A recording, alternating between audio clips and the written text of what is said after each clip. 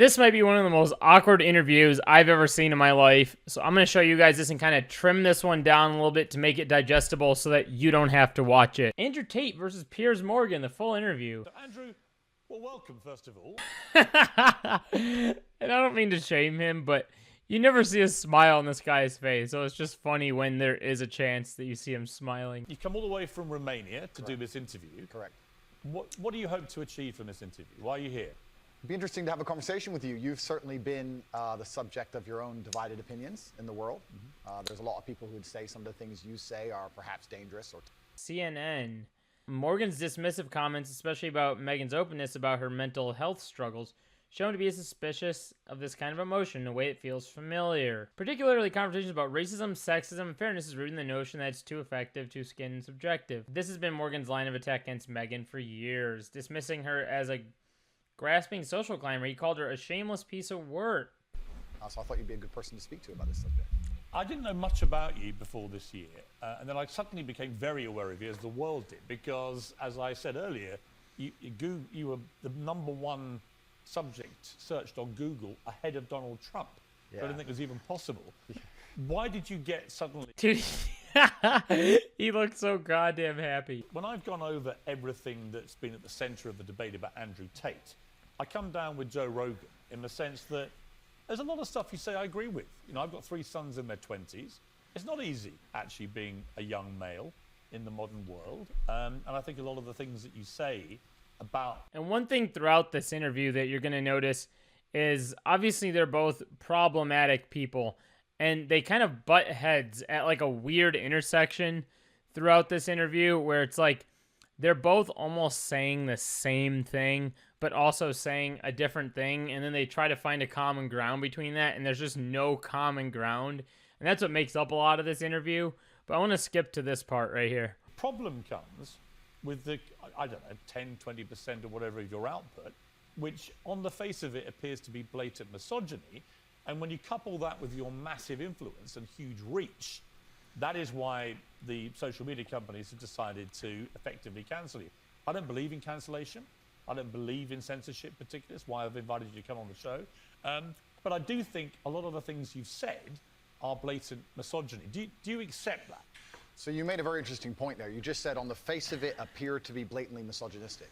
I understand that on the face of some of the long format content I've made, if you're going to take a few seconds out of hours, chop it up, put it all over social media, accompanied with my massive fame, then things can absolutely not be taken out of context. This whole beginning section right here is the start of what Andrew just said. He basically tries to go back and forth with Piers over the fact that people are cutting out clips and that they're out of context, according to Andrew. And because they're out of context, that's what's painting him in this light. So he's using the argument that, like, he can say whatever he wants and then throw in some terrible thing between that, but it doesn't mean anything because it lasts for 5 seconds within what he said, right? Which is just like the dumbest argument to be made because you, hey, still said it. The way I would say things before I was famous, I have to take personal responsibility and accept that if I make a video that 500 people see and 1% of them misunderstand it, that's not a problem. If I make a video that 5 million people see and 1% of them understand. So specifically on that point, I think my sister is her husband's property. She took his last name. She married him. She wanted to join his family. She has said it herself. Right. So she's still a sovereign individual. She's absolutely not a sovereign individual. Property means that the husband owns your sister. Listen, Okay. This is another thing that gets dragged out throughout this thing where it's like they get into an argument over what property means. And it's like the most obvious thing. And he's trying to get Andrew to understand that. But Andrew does not find a common ground at any point in this. So let's skip ahead to the next part because this is just boring. I believe she belongs to the man in marriage, correct? Right. Oh, you see, that to me is misogyny. And you're entitled to your opinion. Right. But do you not understand why people think it is misogyny? I understand why some people can be very offended by what I say. What they do is they take a point like that and they ignore all the other points I make the other way around. Yeah, but that's why I've repeatedly asked you about that line to see if you've changed your position. But the reality is you haven't. It's not about changing positions. I'm a full-grown adult and I stick by the things I say and I'm responsible for them. Which, by the way, is fine. Obviously, we're not talking about that. We're talking about religious, biblical marriage. We're talking about something else.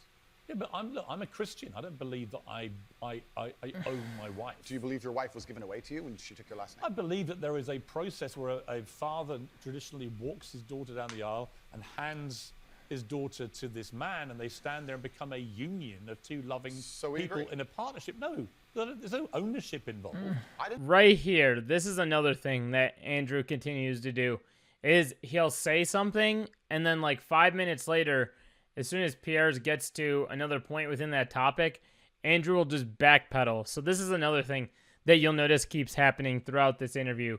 But this is just a whole back and forth over the whole property argument. And I'm the person who's burdened with making sure she is safe. I have to have the authority to say, don't put yourself in unsafe situations. The two things are linked. Well, you don't have authority. You can absolutely have the right to say to the woman you're with, I don't think you should. But ultimately, if she decides, then I can't force her. Right, so authority implies that you have the ability to control someone. No, authority believes... Yep, and then right here, where they get into authority, they just get into an argument over what authority means. Another very boring part of this video, so let's skip ahead to the fun. One of the reasons men find youth attractive. You want to blow up the internet? I'll blow up the internet right effing now. The reason 18 and 19-year-olds are more attractive than 25-year-olds is because they've been through less dick. People say, oh, you can't say that, but yes, I can. A 19-year-old is more attractive than a 26-year-old woman, and I'll tell you why. Because that 26-year-old has talked to more guys, been to the club more times, been effed and dumped more times, more arguments, more mess, more for me to clean up. That is misogyny. Why? Because you are encouraged. And he still says why. You have Piers Morgan, who's very problematic, telling you this, and he's still going, why? I'm honestly kind of shocked that he didn't just like admit to that, you know what I mean? But, you know, there's no shot he's going to admit to. I shouldn't expect him to do that. Even if that was the case, that wouldn't be misogyny. But what did you mean by what you said? That's not misogyny because it's not anti-women. I'm saying that an 18 or a 19-year-old woman would be more desirable. Pretty anti-25-year-old woman. Anti-25-year-old women we can argue, but not misogyny. Well, that's misogyny. No, it's not. Well, being anti any woman at all is misogyny. Not when I'm saying that women are beautiful and attractive at a certain age and saying the age. You're saying 18. So he's still at the intersection of no matter what he says, it's not misogynistic because he can just compliment women and then it's no longer misogynistic. Gotcha, Andrew. Okay. If you genuinely mean that, and you say you wouldn't say it to a woman's face, but you said it in public about women of that age, I do think that's misogynist. And I think you probably do too. I don't think it's misogynistic. I understand why it can be insulting. You wouldn't say it to a woman's face? Well, it depends. You're making out like I'm walking around the street. Okay, so they continue to go on and on about whether or not Andrew's a misogynist, and at this point, they never end up finding a common ground of saying that he is a misogynist because he just doesn't come to an agreement on it. The danger is the influence you have on young men to have this kind of mindset about women. And that's really where I'm trying to get to what you really believe and how much you've just shot off because you think it's like entertaining and you haven't really given it much thought. And whether yeah, this is a really interesting part. Let's see what Andrew has to say. I'm really just trying to get to, on the blatantly misogynist stuff, do you just wish you hadn't said it? With great power comes great responsibility. It was certainly said before the great power came. It's inconvenient to a degree. However, like I said at the time, with the context of the conversation, I know that I'm not saying things which I believe to be detrimental to the world. However, they've been misconstrued and they've been misunderstood. I don't know how he keeps dying on this hill of like, what I'm saying is misunderstood. It's like, no, if everybody thinks it, minus like the, 14-year-old boys, 13-year-old boys that are signing up for Hustlers University, are seeing what you're saying, then obviously there's a problem because social media took you down. If a 25-year-old woman was watching this, would you say, I'm sorry for saying that? Well, I wouldn't want anyone to be offended by anything I say. But I say things that offend. And this is the thing that's interesting, Piers. Please let me finish. Yeah, but you're behaving like a politician. Yeah, but hang on. You can say I'm interrupting. You do. But you're answering a different question. And that's another thing is like Piers keeps interrupting him. And I'll give him that at some points it's fair that he interrupts, but Piers continues to interrupt Andrew throughout this. So it sort of feels like more of like a 80-20 Piers to Andrew thing, maybe 70-30, which Andrew does get a lot of time to talk throughout this. Don't live in a country where that happens. So you're using that as the excuse for why you're not sorry for saying it. It's not an excuse. Is that there are parts of the world where this is fine. My friend. So my question to you, that's what you said. You're not talking about another part of the world. You were espousing what you think. That little section right there was just basically Andrew being like, well, that's what they do in this part of the country. So that's the final answer on this. And Piers is trying to tell him that, like, that's not how it is for everybody. Because Andrew likes making generalizations for everybody based on one little tiny experience he's had. Espousing what the people on the panel believed. But you were saying what you think. And anybody who's You lead a righteous life? I think I do, yeah. Do you? Yeah. You boasted openly of having 6, 7 partners at once. So is that righteous? I'm not taking there's no moral view from me. Simply asking you what you think righteous means. I think righteous is living true to your heart and knowing that you're doing good by people, not snaking anybody, not lying to anybody. I know I live a very righteous life. Have you ever been in love? Yeah. How many times? This part is so goddamn funny. Watch this. Watch Andrew struggle. This is like my favorite part of the whole interview. Plenty. I believe in love between He goes, plenty. I think you know how many times you've been in love. You don't lose track of that, right? And then watch what he does here. I mean, real love, you know, where it's... Yeah. I believe... How many times would you say? Enough. I believe men and women... He said enough. Oh my God.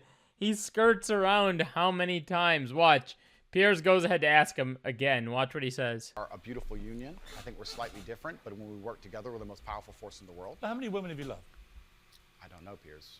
A few. Give me a ballpark. 5, 10, 20? Less. 0. How about 0? Because everybody hates you. Okay, that's probably not true. I don't know what the actual answer is. It's just funny to think of it as 0 based on how he's reacting here. Let's say... You don't forget how many people you've been in love with. Let's say 10. I mean, I've been in love, and I certainly... Let's say 10. God. I'm not single. Well, you're not married. Something. Well, if I was married, the last thing I would do is advertise it to the feral psychopaths on the internet. So I'm not a feral psychopath. Well, like, You called me friend earlier. What?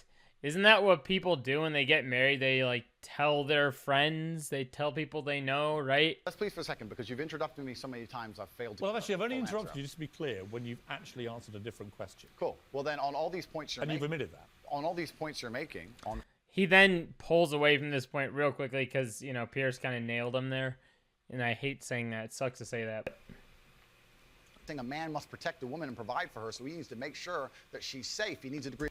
This is like the whole thing where Andrew puts on this facade that he's a feminist, but, you know, we know he's not. He's just putting on the facade so that more people hopefully end up liking him after this, which is so scary. Oh my God. And finally, we get to the point of the issue, which is the point I tried to make at the very beginning. When I made a video before I was famous that got 500 views, me being concerned that 1% of people will misunderstand it was not relevant. Where you start getting 5 million views a video, 50 million views a video, 1% of people misunderstanding Doesn't change what becomes no, it doesn't. But it becomes a much larger problem. I understand. So with great fame That's true. comes great responsibility. Right. So I agree. Would I now that Here's my I'm famous? yes. Do I say things the same way as I did back before I was famous? Absolutely not. Right. As neither would you or nearly any other famous person on the planet. So my Once you logical- become famous, you have to be a lot more careful with how you say things. I understand. So my logical follow-up to that remains. This section is so weird because they just kind of go back and forth talking about fame and the shit that comes along with being famous, and it really doesn't come out to anything. It's just like a back and forth. It doesn't reach any agreement, which is, again, why this is so awkward. But here's another weird part. Let's skip to this. When I was attacked, a lot of these stupid articles like BuzzFeed, because it's ridiculous, that first point proves anyone with a brain knows that that's garbage. When they attacked me, they lump a whole bunch of things in together. They say misogynistic, racist, transphobic. They just put them all together at random. I'm mixed race. By the way, I don't know where they get these. They just get these buzzwords and put them in a sentence. By the way, I completely agree. It's and crazy. I've had the same thing done to me. Okay, well, and there I'm you go not then. calling you anything. I'm asking you what you personally believe you are. It's not an issue I discuss. What I do discuss is So you that support transgender people. This is the part that I was talking about. So it gets really weird because Piers then goes back to talking about, what do you believe you are, Andrew? And then Andrew says like a random thought that he has. And then Piers is like, no, that's wrong. After Piers was just asking Andrew what he is. But Andrew never even answered the question to begin with. And that goes back and forth a lot throughout this section here. So let's skip ahead to this other weird section. thousands of people who have emailed me saying, my doctor told me I was clinically depressed and it's a disease that I have got in my brain and I can't be fixed. And I started listening to you and I realized that that's not the case and I can fix my own life and you're the only person who has ever helped me. Oh, Andrew. Thousands of people have Andrew, emailed me if that you exact think- email. This is the weirdest argument of all time because they're basically going back and forth on depression, and Andrew essentially is saying that he does not believe in people that are depressed. And I know that people are going to take this out of context and be like, that's not what he said.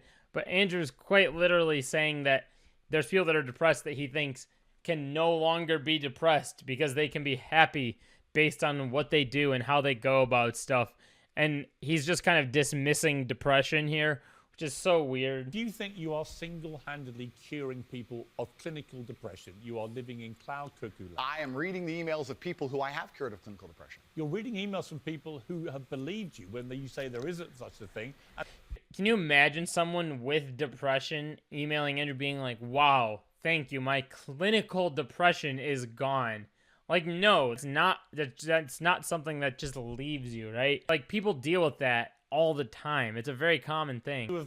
That view is dangerous. I respect that you think my view is dangerous, and I respect you have the right to view that, to think that.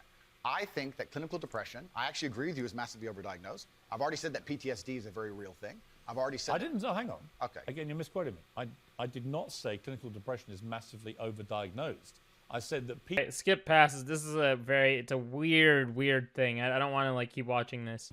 I've been on this podcast. Yeah, but you said nice things about him. I say nice things about lots of people. What do you think of Alex Jones? I said nice things about you, Piers. That's fine.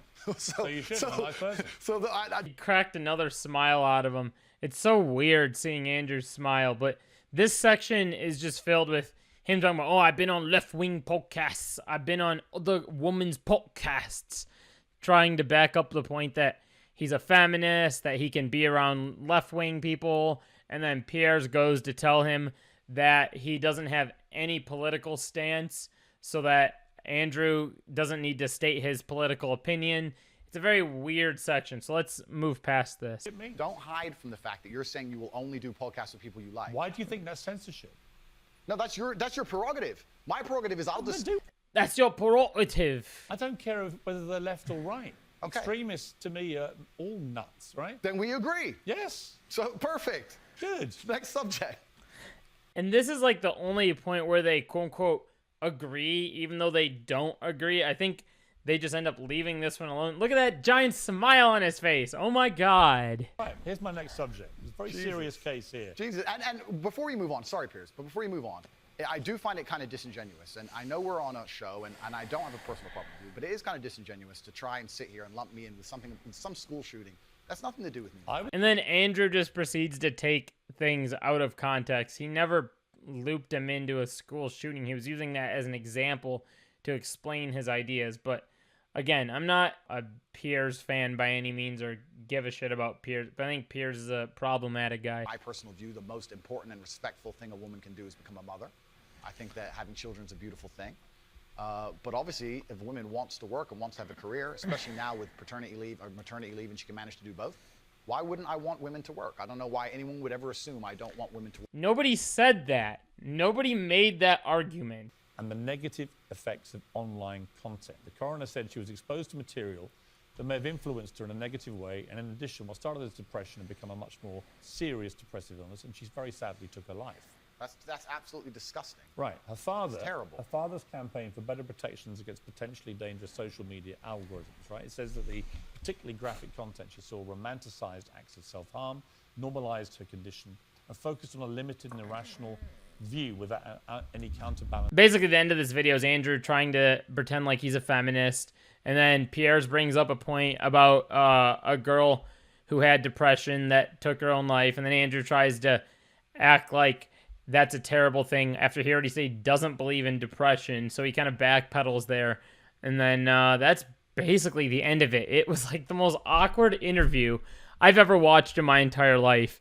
So yeah, I just wanted to quickly summarize this and go over it so that other people don't have to watch this, I guess. If you guys enjoyed this video, this is kind of a new channel of mine. I'd appreciate the support if you hit that subscribe button, and I'll talk to you guys later. Peace.